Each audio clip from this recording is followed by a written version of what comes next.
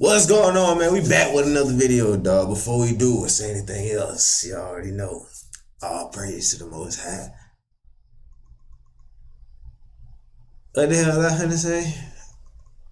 Anyway, today we got Flight in the building. Disturbing hunting encounters caught on camera. Do y'all go hunting? I ain't never been hunting, and I don't think I'm gonna go hunting, cause for this specific reason right here. Alright, let's get right into it, bro. What do you do, flight crew? FTC. Flight I hope my mic sound like this now. What a year to remember. It is now to boom. What you doing? I got you. I know I got you. If it wasn't the last one, this one for sure was. What a year to remember. It is now December. Try not to get scared.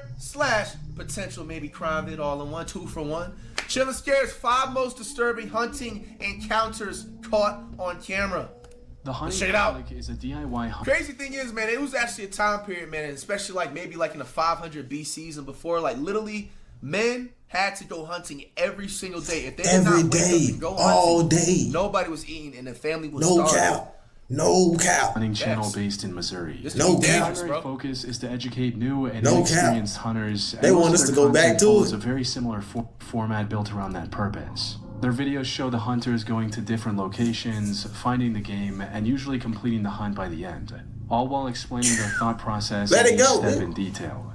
And the video they filmed on September 25, 2022 was meant to be no different. 2 of the channel's hosts, Ted and Nick, were out bow hunting deer on public land in their home state. Little did they know, this trip was about to be cut short by the most disturbing encounter they've ever had in the wilderness. The incident happened at roughly 6:45 p.m. while the 2 were hiding in a tree, waiting for a deer, when, out of nowhere, they heard what sounded like a loud scream in the distance.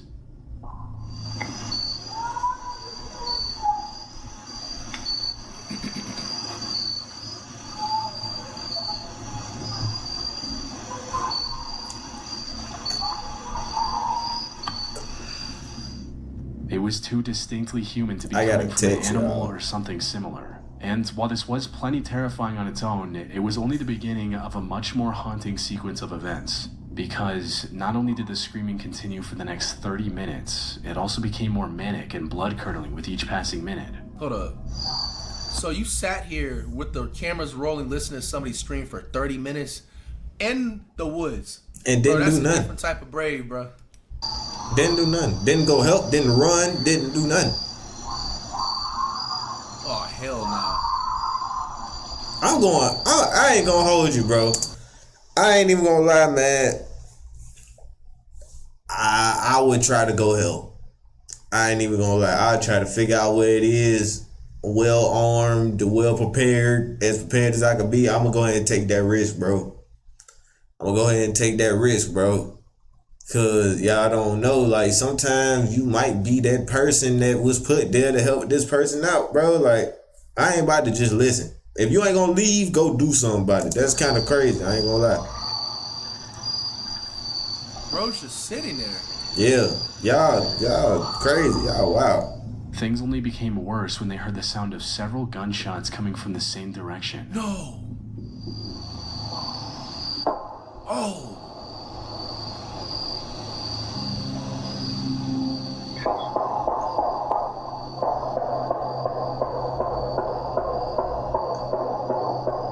Damn, that's like 15 shots. I'm about to say, that's a lot more than 7.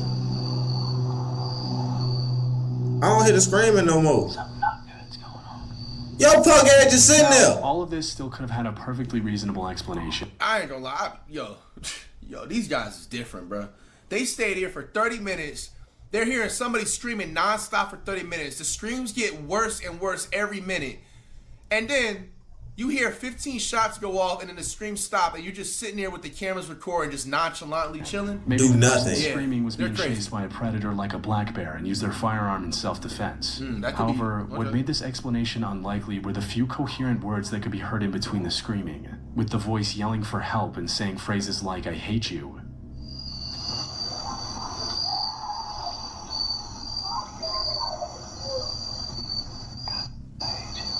And you heard The what? voice became even more disturbing after This the pissing me gunshots, off. shouting what sounded like, "Somebody help, you effing killed her," and other disturbing phrases.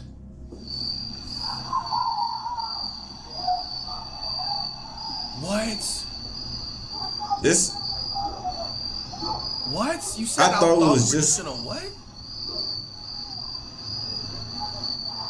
You unalived her instead. They said, "What the hell In going addition to on?" the screaming, shouting, and gunshots, the two also heard the sound of multiple cars speeding off. After which everything went silent. I don't like By now, neither one of Ted and y'all Nick little admits bitch They ass. just heard a horrific crime take place less than half a mile from their location. I don't Unfortunately, like they didn't neither have one of cell y'all service in the little bitch wilderness ass. to make a report. And the No only way out of service? the woods was in the same direction as the screaming. Getting too close and alerting what could be an armed and dangerous group could have been life-threatening. So they decided to stay silently hidden in the trees for the next few hours, and only I look couldn't back do after it, it was bro. completely dark out. Few The two hours in the eventually made it trees? back to their car I ain't and drove gonna to a lie. spot with cell reception to report the I incident. couldn't do it, bro. However, from what I was able to find, the authorities weren't able to locate a body or even find any evidence of a crime at the location Ted and Nick provided, Really? leaving this disturbing encounter unresolved. Damn. People on the internet have come up with several theories to explain the situation, ranging from a firing squad execution to someone having a drug-fueled mental breakdown with a gun in their hand. But many have also accused the hunting public of faking the whole thing, which is a common strategy by failing YouTube channels to go viral and gain new viewers. However, the hunting public had a fairly consistent viewership before this video, and it didn't increase by a significant amount after the encounter. They also have over man. 1,400 other regular hunting videos, this being the only one with a strange encounter. Typically, channels that fake videos have other suspicious content. What do y'all The think screams happened? also seemed far too I think it primal was and fake. emotional for anyone to fake that convincingly.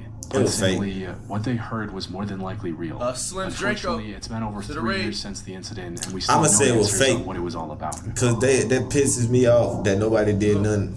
You know What how if that every was year you around in that this time, position? the temperature Yeah, you drops, needed somebody to everyone help around you. you starts coughing, and suddenly you're convincing yourself you got- you're probably fine. What if that was you in that position? You needed somebody to help you. You needed anybody, anything, anybody to help you, and you got these people literally a few hundred feet away, just listening and recording, looking stupid.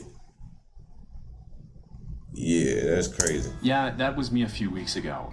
I kept brushing off this awful sore throat because I really didn't feel like dealing with the whole Do it, Dr. gang. Hunt nightmare. Please. Yep, but it's my Yeah, week there you today. go. Yep, Today's video yep, quotes yep. and some special and Yep. more. Keep going. Okay, There you go. this That's quote- all right. so that's the It topics ain't. designed Yeah. for Keep. There we go. this video.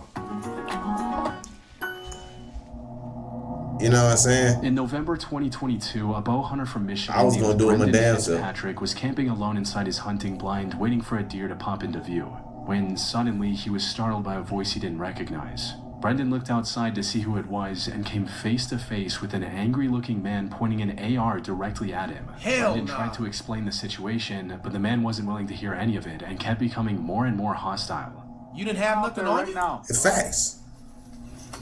But I just want to show you kind of why we're here. We paid good money to hunt this property. We've been hunting it for years. No, you ain't been moving for years. I've been here 8 years. Do you live on this property right here? Sir, you're not listening to me. I'm not. I just want to talk to you. I'm sorry. He then told Brendan to put his phone down and said what can only be interpreted as a threat. Put your phone down. You have an AR in front of me. I'm scared. Put your phone down. Dude, I'm scared as now. Okay, well, it's gonna be more scary. Are you attacking me? No, sir. No, sir. Hell No, sir. I'm hunting. I'm hunting with. Drop your phone. Oh my God. Phone. Sir, What's good with this dude? I'm bow hunting. I don't have any guns on me. That's your fault. You stupid. Him That's saying, your fault. "Are you attacking me?" while Brendan was doing everything in his power to cooperate and stay calm, it came off as him looking for an excuse to open fire and claim self-defense later. He also kept ordering Brendan to get out of the area while repeatedly threatening him with his gun and his aggressive-sounding dog. Brendan explained that he wasn't trespassing, and that the land he was on was legally leased for bow hunting, which was true and was something he and his family had been doing Afros, for thanks for the multiple raid. years. However, despite getting a reasonable explanation, the man refused to accept any of it and kept trying to intimidate Brendan. What made the encounter even more unsettling for Brendan was that the man refused to even state his name, making it clear that he had no interest in a civil conversation. Not only that, but he also name-dropped Chai Vang when threatening Brendan. a violent criminal who took the lives of 6 people and injured 2 more members of a hunting party in 2004. Put simply, the man was insinuating that he was willing to do the same to Brendan if he didn't comply. What? Fortunately, Brendan was able to stay composed enough to not aggravate the man any further and live to see another day. Brendan later tried to press charges against the man, but the police weren't as helpful as he'd hoped. They essentially told him that he didn't have enough evidence to start a criminal case against the man and left it at that. However, that wasn't even the end of it. Because a year later, on November 25, 2023, Brendan's brother encountered the same man while hunting in the area. What? Due to what happened the year prior, he made sure to position his tree stand more than 150 yards away from the site of the original confrontation. But for some reason, the man became even more hostile than last time. And you ain't have a gun either? Fire without saying a word. What? Luckily, none of the shots actually hit Brendan's brother, and he was able to leave the area without getting injured. However, according to Brendan, the authorities didn't file any charges against the man yet again, citing the same lack of evidence. What? People That's y'all dumbass fault. Might have connections at the local police department, allowing him to threaten the lives of innocent people and not face crazy. That's y'all stupid ass situation. any consequence.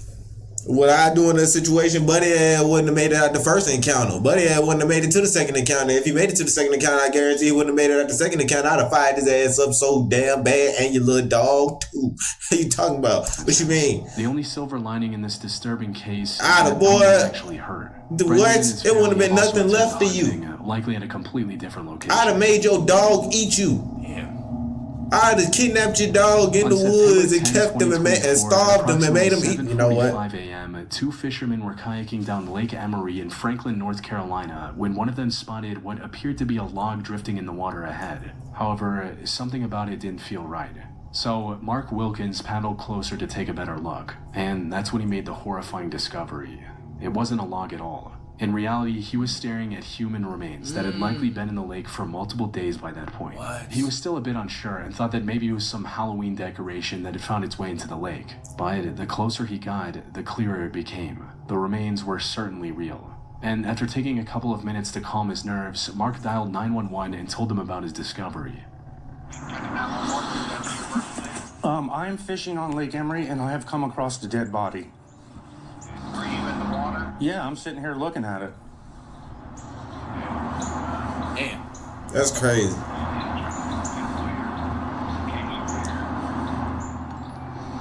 I mean, it could. I mean, it looks like a dead body. I mean, there's a hand sticking up. There's a rotted face. I don't know if it's some kind of stupid Halloween spooky thing, but I'm not touching it. So. Now, discovering human remains like this is disturbing enough on its own. But what made this find even more chilling was the dark implications it suggested.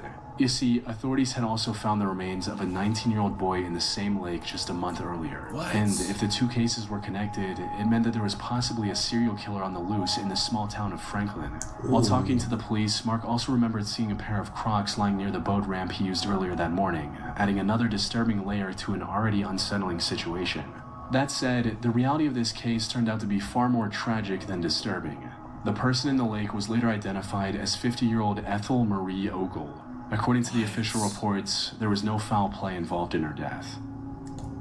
How do I go on no foul play? She was in the. At first glance, duck hunting seems like one of the safest hunting styles out there, especially since it doesn't require hunters to spend any time deep in the wilderness, where running into angry predators like bears or bobcats is a constant concern. However, duck hunting, just like most other outdoor activities, comes with its own set of risks. Something Ethan from the Lucas... I ain't gonna lie, y'all. I'm not a real big fan of hunting. I'm not a big fan of it. If you hunting to eat, whatever, because if you go get whatever from the store, pretty much the same process was done, just in a way longer time span, and you gotta pay, and it's pretty much the same thing. But if you hunting for fun, like if you're not eating what you killing, you just killing just to have fun, I don't condone that shit. That's just alright, bro. Reich's YouTube channel became well aware of in November 2020. He was out hunting ducks with a shotgun early in the morning while the sun was barely up. After staking out on a beach for a few hours and waiting for the ducks to gather, he found a target and managed to shoot it down. The duck fell a bit too far into the water, but without a boat, his only option was to wade into the water to retrieve it. And that's when everything went wrong. Ethan had plenty of duck hunting experience under his belt, but he wasn't completely familiar with this particular lake and didn't know about the sharp drop-off a few feet off the shore. So as he got closer to the duck, the ground suddenly dropped off from under his feet, leaving him struggling to stay afloat.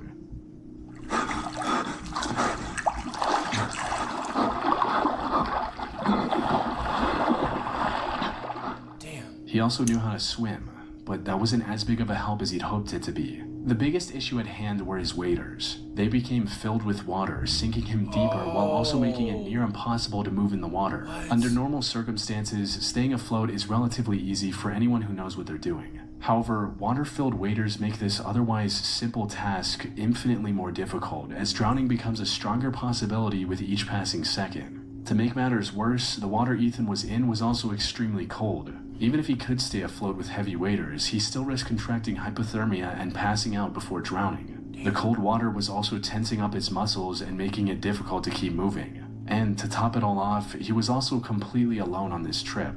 Having someone with you on any nature expedition increases the chances of survival exponentially. Even if a partner isn't able to help directly, they can at the very least call for help. Ethan, however, didn't have that option. All he could do was keep his calm and keep swimming toward the shore with all his energy. Fortunately, this worked. After a brief but intense struggle, he was able to find the underwater ledge and make it out relatively unharmed. And while his determination and level-headed approach certainly helped, his surviving the incident was nothing short of incredibly lucky. Wow.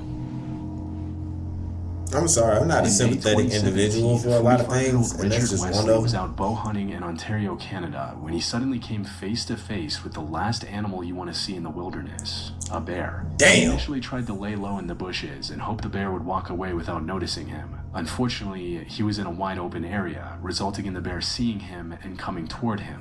One of the only options he really had left at this point was to run away. Considering the bear's top speed of up to 35 miles per hour, yeah, why would you do that? 55 kilometers an hour wasn't really possible. Hell nah. Or Nigga. Hey, all I gotta do is take my shoes off, bro. I'm outrunning the fucking bear, bro. he could stand his I'm not ground letting a big back animal like this catch me and haul me down. Fuck that shit, bro. and try to scare I ain't gonna hold you. The ethnicity advantages plus the adrenaline. You might with a nice little head start might be successful. I ain't gonna hold you. Why are y'all out in the damn woods without a weapon? Like, I promise you, I'm out in the woods. I ain't out running nothing.